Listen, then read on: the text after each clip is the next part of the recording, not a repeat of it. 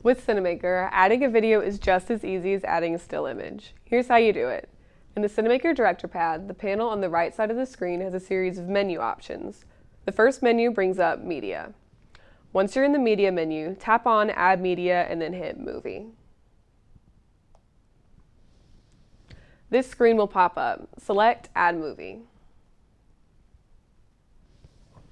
You have the option to add videos stored locally in your iPad camera roll through a link to a YouTube video or through an HLS stream.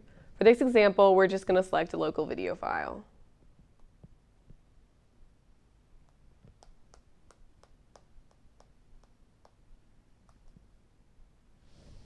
You can scale and move your video where you want it to appear on screen during your recording or live stream, and in the top right corner, you can choose which video source you want it to appear on.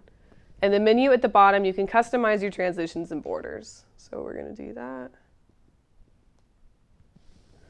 One important feature to note is the ability to loop your video or set your video to play as an intro to your recording or stream. To do that, just select one of these two buttons at the bottom. And once you're finished, you can hit save in the upper right corner.